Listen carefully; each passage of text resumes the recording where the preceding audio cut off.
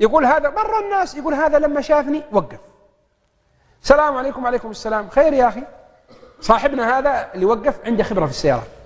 خير يا أخي. قال والله السيارة تعطلت. قال أنا عندي نشوف إيش فيها. جاء شافها قال والله العطل ما يصلح. طيب إيش الحل؟ إيش الحل؟ اقترح. أول مرة يشوفها في حياته، ما يعرفه ولا يعرفه بعض. قال يا أخي اسمع، شوف صاحب السيارة اللي كان سيارته يعني صحيحة، قال اسمع يا أخي، أنت معك عائلة وأنا ما معي عائلة، أنا لوحدي. خذ سيارتي ركب عائلتك وتوكل على الله، روح إلى الرياض، وأنا بجلس هنا عند سيارتك، بجلس في القهوة أتقهوى وأتغدى وإلى الصباح. أنت توصل للرياض، يقول على بعد من الرياض يمكن حوالي 400 كيلو. أوصل الرياض ود أهلك وارسل لي من الرياض سيارة تشيلني سطحة تشيلني إلى الرياض، وأنا بجلس أنتظر السيارة حتى تجيني السيارة. يا ابن الحلال أنت ما تعرفني ولا أعرف، كيف تعطيني سيارتك وكذا؟ قال يا ابن الحلال وش صار؟ الله الأمر عادي، سيارتك معي وسيارتي معك، ولا أنت بتروح فين بتروح يعني؟ يقول استغرب الرجل مني هذا التصرف. قال توكل على الله. يقول نزل عفشه وأولاده وركبوا في سيارتي ومشوا. يقولوا أنا نزلت توضيت صليت الظهر والعصر ودخلت القهوة، رجال ما علي خوف، وتغديت ورقدت وجلست إلى الليل. هذاك وصل ما وصل الرياض إلا ما يقارب المغرب ولا العشاء، واستأجر له سطحة وارسل السطحة، والسطحة ما وصلت إلا آخر الليل عند الرجال عند سيارته، وركب السطحة في السيارة وركب مع صاحب السطحة ورجع، ولا وصل الرياض إلا الظهر اليوم الثاني. وصل الرياض على طول جاء صاحبنا سلم عليه، تبغى شيء أعطيك شيء أكافئك، إيش تبغى؟ قال أنا والله ما أبغى منك شيء يا أخي، أنا والله ما فعلتها لله ولا سويت شيء، سيارتي وشفني وصلت الرياض والحمد لله، وهذه سيارتي وسيارتك وصلت. يقول طيب أعطني رقم تليفونك. تعارفوا، أعطاه رقم تليفونه، أخذ رقم تليفونه، ومشت الأيام والليالي، وجلسوا في مجلس فذكروا فيه أفعال الخير وذكروا فيه صنائع المعروف.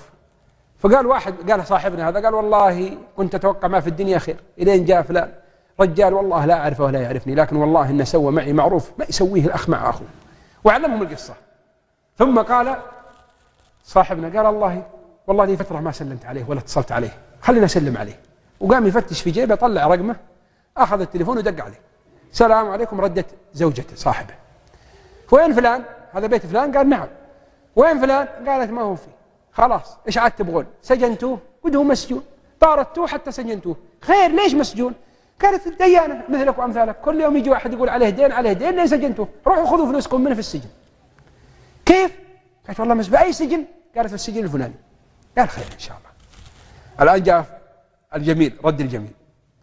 يقول جاء اليوم الثاني أخذت معي 100,000 ريال وذهبت بها إلى السجن. دخلت على مدير السجن، عندكم فلان مسجون؟ قال نعم. قال إيش قضيته؟ قال ديون. قال خذ هذه 100,000 ريال، سددوا عنه ديونه وخرجوه وقولوا فاعل خير، لا تعلمونه من أنا. من أنت؟ قال ما لك علاقة، هذا فاعل خير أدفع منه 100,000 وخليه يخرج في سبيل الله. قال جزاك الله خير. خرج صاحبنا، دعوه في السجن، تعال. جاء عند مدير السجن قال أبشرك الحمد لله أن فيه رجل من الصالحين ومن أهل الخير دفع لك 100,000 ريال، هذه 100,000 ريال تنفعك إن شاء الله وتسدد بها ديونك. يقول قال جزاه الله خير. عرفته؟ قال الله ما عرفته ولا علمنا باسمه. أخذ 100,000 ريال. قال طيب يا طويل العمر، 100,000 ريال ما تنفعني، أنا مسجون في مبلغ كبير، كان مسجون في 3 مليون، قضيته في 3 مليون، دخل في تجارة وكذا وخسر وصار عليه دين 3 مليون. قال طيب أنا 100,000 إيش تسوي مع 3 مليون؟ لا تفكني ولا بتخرجني مما أنا فيه. لكن يقول الضابط أقول لك شوف، هات اللي مسجونين معايا في السجن في حقوق، اللي عليه 5,000 واللي عليه 10 واللي عليه 20,000، هذه بتخرجهم، أنا ما بتخرجني أنا. انظر يا أخي الكريم، انظر إلى الإحسان. هو في السجن ذا الحين قال فرصة بدفع 100,000 لأولادي بسوي، لا قال هات. يقولون يجي طلع الأوراق، اللي عليه 5 واللي عليه 10 واللي عليه 20، يقولوا بال100,000 هذه أخرج أكثر من 7 أشخاص ذلك اليوم، دفع عنهم وخرجهم في سبيل الله. الله أكبر، ما أعظم هذه النفس يا أخوان. ما أنا قلت لكم أن المحسن ما يفرق لا سجن ولا هم ولا غم. إنا نراك من المحسنين.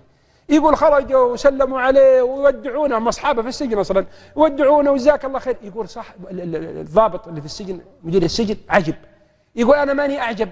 إيش أعجب من هذا اللي جاب 100,000 وعيله يتعلمني من هو، ولا أعجب من هذا اللي 100,000 ينفقها وهو ما عنده ريال ويخرج بها؟ يقول ما دي من أعجب منه، هذا ولا هذا؟ هذا أحسن من هذا. يقول مرت الأيام، صاحبنا اتصل بعد 3 أسابيع أسبوعين على السجن، على صاحب بيت الرجال. السلام عليكم السلام، وين فلان؟ قالت في السجن. تقول زوجته. عجيب. قفل السماعة راح لمدير السجن، قال يا أخي أنا جيتكم قبل أسبوعين وأعطيتكم 100,000 ريال تفرجون بها السجين الفلاني ولا خرج، ليش ما خرجتوه؟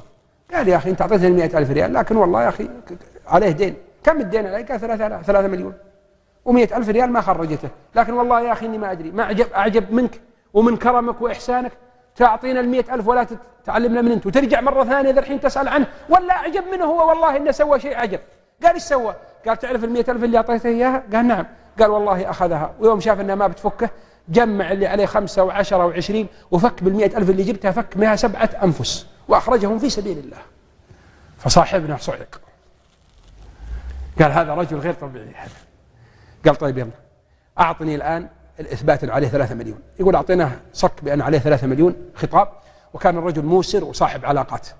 يقول وذهب إلى الأمراء وإلى المسؤولين وإلى الأغنياء، وفي خلال 3 أشهر يجمع 3 مليون ريال ويأتي ويدفعها عن صاحبنا ويخرجه من السجن. صنائع المعروف تقي مصارع السوء. إنا نراك من المحسنين.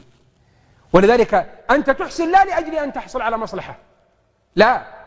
عندكم مثل يقول اعمل خير وقطة في البحر، صح ولا لا؟ لا، احنا ما نقطه في البحر، احنا نعطي رب العالمين سبحانه وتعالى، نحن ندخره عند الله.